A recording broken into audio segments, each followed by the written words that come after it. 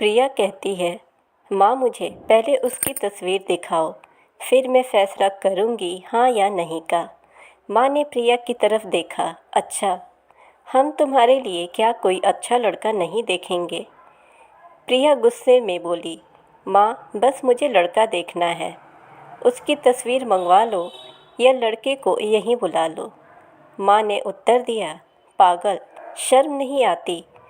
चल दफ़ा हो जा अपने कमरे में। बाबा भी आ गए, क्यों डांट रही हो मेरी बच्ची को? प्रिया बाबा के पास गई, जाकर कहने लगी, बाबा मुझे लड़का देखना है। बाबा ने मुस्कुराकर कहा, हाँ बेटी, तुम्हारी मर्जी से ही तुम्हारी शादी करेंगे। कल मैं उसकी तस्वीर मंगवा लूँगा। लड़के का अपना होटल है, पढ़ा लिखा है, प्यारा है। लेकिन प्रिया को तो लड़का देखना था। तस्वीर आ गई, देखा लड़का तो प्यारा है। प्रिया ने हाँ कर दी। 10 दिनों में ही प्रिया की शादी हो गई। प्रिया का हमसफ़र और प्रिया का अरेंज मैरिज था। ना कभी मुलाकात हुई, ना कभी कोई बात हुई, कभी एक दूसरे से मिले भी नहीं। यह ऐसा पवित्र रिश्ता होता है, दो अजनबी एक जान हो जाते हैं, जो कभी ज़िंदगी में मिले भी ना हो, वह पल भर में एक दूसरे की जान बन जाते हैं। पहली रात थी। प्रेम कमरे में आया, हाथ में आइसक्रीम पड़ी हुई थी। प्रिया नज़रें झुकाए बैठी थी। आइसक्रीम तो प्रिया की फेवरेट थी। प्रेम ने नमस्ते किया और पास बैठ गया। प्रेम थोड़ा सा शरारती भी था। आइसक्रीम खाते हुए बोला, जितने पैसे शादी पर खर्च किया, इतने ही काश मैं आइसक्रीम खा लेता। प्रिया का घूंघट उठाकर बोला, आप आइसक्रीम खाएंगी? पहले तो प्रिया ने शर्माते हुए मना कर दिया। फिर प्रेम ने प्यार से कहा, खा लो, प्यार बढ़ेगा। प्रिया को आइसक्रीम दी और खुद कपड़े बदलने लगा। प्रिया सारी आइसक्रीम खा गई। प्रेम ने जब पूछा आइसक्रीम कहाँ है, तो प्रिया मुस्कुराने लगी, वो तो मैं खा गई। प्रेम भी मुस्कुराने लगा, बहुत कंजूस हो आप, पहले बोली नहीं खाती और जब देखो सारी की सारी आइसक्रीम कहाँ गई। हाय, मेरा आइसक्रीम 50 रुपए की थी। प्रिया प्रेम को पहली ही रात में इतना तो समझ गई थी कि प्रेम दिल का बहुत अच्छा है। रात भर मोहब्बत भरी बातें होती रही। जिंदगी अपनी असल मंजिल की तरफ मुड़ गई थी। वक्त गुजरने लगा। प्रिया के भाई की शादी थी। प्रिया 4 महीने की प्रेग्नेंट भी थी। प्रिया ने प्रेम से कहा, मुझे भाई की शादी में जाना है। प्रेम ने प्रिया के पास बैठकर बोला, प्रिया, डॉक्टर ने आपको लंबी यात्रा करने से मना किया है, इसलिए मैं कोई रिस्क नहीं लेना चाहता। मैं नहीं इजाज़त दे सकता शादी में जाने की। प्रिया को बहुत गुस्सा आया। उसने बोला, प्रेम, आप पागल तो नहीं हो गए हो? मेरे भाई की शादी है और आप जाने से मना कर रहे हो। आप मुझे कार में छोड़कर आराम से आ जाना। प्रेम ने प्रिया का हाथ पकड़कर बोला, प्रिया, क्यों बेकार की ज़िद करती हो? डॉक्टर ने यात्रा करने से मना किया है। मैं नहीं जाने दे सकता तुमको। तुम लापरवाह हो जाती हो और मैं तुमको किसी और के भरोसे नहीं छोड़ सकता। इतना कहकर प्रेम कमरे से बाहर चला गया। प्रिया रोने लगी और अपनी माँ को फ़ोन किया और बोली, प्रेम मुझे मना कर रहे हैं। माँ ने समझाया, अगर वो मना कर रहा है तो मत आओ।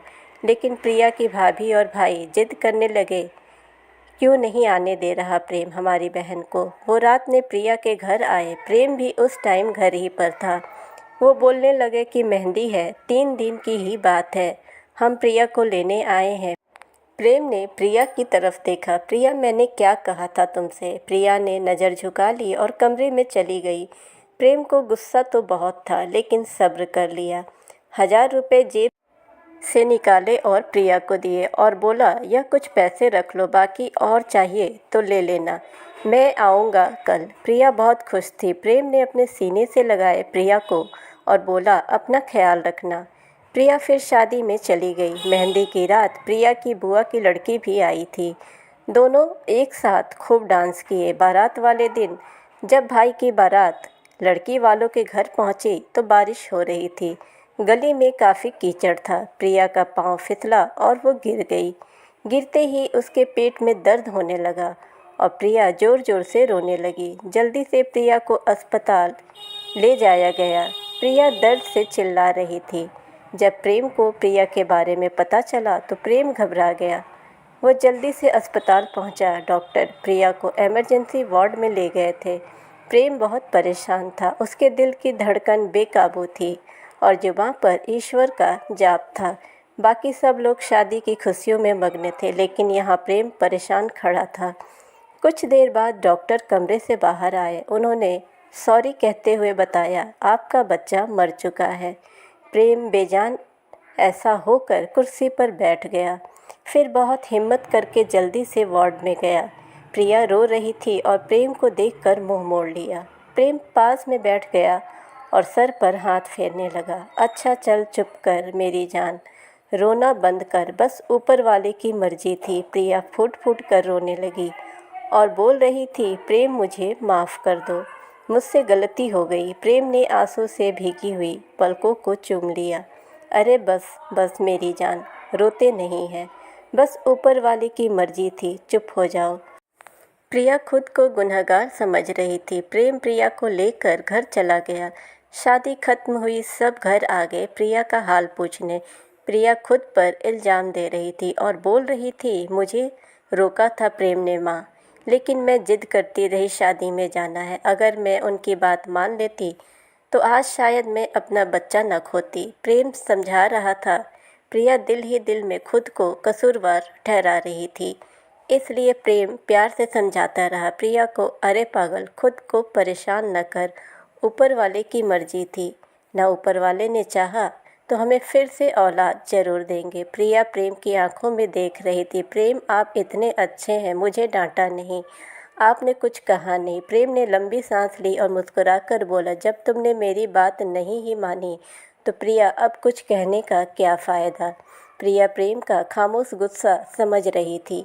1 साल बाद फिर ऊपर वाले ने उनको बेटा दे दिया। सब कुछ सही था, सब बहुत खुश थे। प्रेम बाहों में अपने बेटे को उठाकर चूमने लगा। प्रिया बेड पर लेटी प्रेम की आंखों में बेटे की मोहब्बत से निकलते आंसू देख रही थी। जिंदगी में अच्छे दिन आते हैं, लेकिन अक्लमंद वही होता है जो खुद को हर हालात में ढाल लेता है। प्रेम के 2 भाई थे जो उससे अमीर थे। उन दोनों भाइयों का अपना अच्छा खासा बिजनेस था, लेकिन प्रेम का छोटा सा होटल था जिससे बस गुजारा हो रहा था। एक दिन प्रिया ने जिद किया कि प्रेम, बच्चे को गर्मी लगती है इसलिए बहुत रोता है, मेरे कमरे में एसी लगवा दो। प्रेम ने प्रिया के सर पर हाथ रखकर बोला, अरे प्रिया, पागल हो गई हो क्या, मेरे पास इतने पैसे नहीं हैं। लेकिन प्रिया जिद करके बैठ गई थी कि मुझे मेरे कमरे में एसी चाहिए। प्रेम अपने बेटे को सीने पर रख कर खेल रहा था, उसके साथ प्रिया बस ऐसी लगवाने की जिद किए बैठी थी। प्रेम ने प्रिया का हाथ पकड़कर अपने करीब किया और बोला, प्रिया, पता नहीं क्यों इतनी जिद्दी हो तुम, लगवा दूंगा एसी। फिर बाद में प्रेम ने एसी कमरे में लगवा दी। कुछ समय बाद ऊपर वाले ने उन दोनों को एक बेटी दी। वो दोनों बहुत खुश थे। प्रेम प्रिया की अच्छी बुरी ख्वाहिश पूरी करता था, लेकिन फिर भी छोटी छोटी बातों पर उनमें झगड़ा होता रहता था। बेटा 4 साल का हो गया था और बेटी छोटी थी। प्रेम का होटल का काम अच्छा नहीं चल रहा था। एक दिन प्रेम कुछ परेशान था और जब वह घर आया तो देखा बेटे ने उसका लैपटॉप तोड़ दिया है और फिर प्रिया मोबाइल पर लगी हुई थी। प्रेम ने देखा लैपटॉप टूटा हुआ पड़ा है, चिल्लाकर बोला, प्रिया, यह क्या है। प्रिया ने देखा और बोला, यह आपके लाडले ने तोड़ा है। प्रेम गुस्से में पहले ही था और उससे प्रिया को गाली देकर बोला, तुम्हारा दिमाग काम नहीं करता, इसमें मेरा सारा डाटा था, तुम पागल हो क्या, जाओ खाना लेकर आओ। प्रिया गुस्से में बोली, प्रेम, मैं नौकरानी नहीं हूँ, सारा दिन बच्चों को संभालूं और फिर तुम मुझे गाली दो। सारा दिन इतना काम करूं और कदर इतनी सी नहीं, गाली दे रहे हो। प्रिया खाना लेकर आई। बैगन बने हुए थे। प्रेम ने बैगन देखकर चिल्लाकर बोला, तुम्हारा दिमाग खराब है, तुम्हें कितनी बार समझाया है कि मैं बैगन नहीं खाता। प्रेम ने खाना उठाकर फेंक दिया और उठकर बाहर चला गया। इतने में बेटे ने कांच का गिलास तोड़ लिया और उसके हाथ पर लग गया। उसके हाथ में काफ़ी खून बहने लगा था। प्रिया ने बेटे को 1-2 थप्पड़ लगा दिए और बोली, रे बहुत तंग आ गई हूँ, मैं तुम बाप बेटे से। बेटे को उठाकर कमरे में ले गई और रोने लगी, साथ ही गुस्से में बोल रही थी, 5 साल हो गए इस इंसान के साथ, मेरी कदर ही नहीं है। इसके बाद बेटे का जख्म पर मरहम लगाने लगी। रात भर प्रेम घर न आया। प्रिया ने भी फ़ोन करके ना पूछा। प्रिया ने अपनी माँ को बताया, प्रेम आजकल न खर्चा दे रहा है, न अच्छे से बात करता है, गालियाँ देता है। माँ ने कहा, अच्छा हम उससे बात करते हैं। प्रेम को महसूस हुआ कि प्रिया के साथ उसने अच्छा नहीं किया। उसने सोचा कि घर चलकर प्रिया से माफ़ी मांग लेता हूँ, लेकिन जब वो घर पर पहुँचा तो उसने देखा कि घर में प्रिया के माँ बाप, चाचा सब आकर बैठे हुए हैं। प्रेम ने प्रिया की तरफ देखा। प्रिया खामोश थी। उसने सबको नमस्ते किया। उसके बाद बात शुरू हो गई। माँ चिल्लाकर बोली, क्यों बेटा तुम खर्चा नहीं देते हो प्रिया को, क्यों गालियाँ देते हो? प्रेम ने गुस्से में कहा, इसको सब कुछ देता हूँ, यह सब तमाशा लगाना चाहती है। प्रिया भी गुस्से में थी। वह भी गुस्से से बोली, क्या देते हो? महीने में 2000 देते हो, जिसका दोनों बच्चों का दूध भी पूरा नहीं होता। एहसान करते हो मुझ पर, तुम्हारे बच्चों का खर्च करती हूँ मैं। बात इतनी बढ़ गई कि सबके सामने प्रेम ने प्रिया को थप्पड़ मार दिया। प्रिया की माँ को बर्दाश्त न हुआ। वह अपनी बेटी के साथ चली गई, दोनों बच्चों को भी साथ ले गई। प्रेम ने भी उन्हें रोका नहीं। प्रिया नाराज़ होकर चली गई। प्रिया को थप्पड़ ज़्यादा ज़ोर से लगा था और चेहरे पर निशान बन गया था। माँ भी रोने लगी थी। न जाने पहले भी कितना जुल्म करता होगा मेरी बेटी पर। प्रेम पहले से ही अपने होटल के कमाई न होने की वजह से परेशान था और अब वह परेशानी बन गई थी। प्रिया मायके में थी, प्रेम यहाँ घर में परेशान था। हालात इतने ख़राब हो गए थे कि प्रेम को अपना होटल बेचना पड़ा।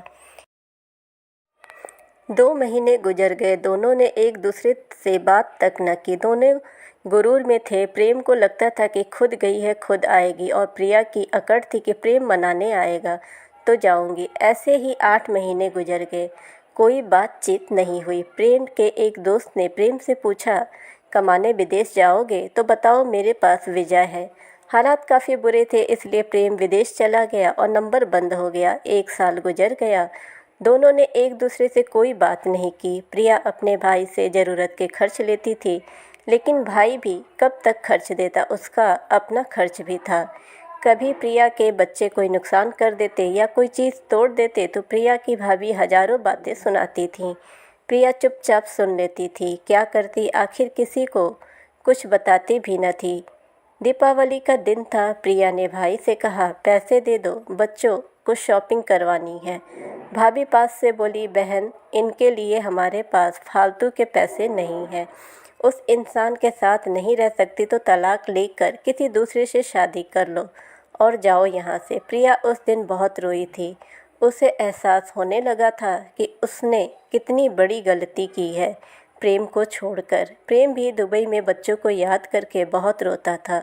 उधर प्रिया के भाई ने प्रिया के लिए एक आदमी देखा था जिसकी पत्नी की मृत्यु हो चुकी थी और उसके 4 बच्चे थे। प्रेम सोच रहा था कि प्रिया तो मासूम सी है, थोड़े से बात पर नाराज़ हो जाती है, मैं खुद ही उससे माफ़ी मांग लूँगा अपनी जान से। वह टिकट करवा कर हिंदुस्तान वापस आ गया। प्रिया रो रो कर भगवान से अपनी गलती की माफ़ी मांग रही थी। हे ऊपर वाले, मुझे माफ़ कर दो, मुझे मेरा प्रेम वापस कर दो। प्रिया रात भर रोती रही और सुबह जब वह बेटे को स्नान करवा रही थी कि दरवाजे पर घंटी बजी। भाभी ने दरवाज़ा खोला तो सामने देखा प्रेम खड़ा है।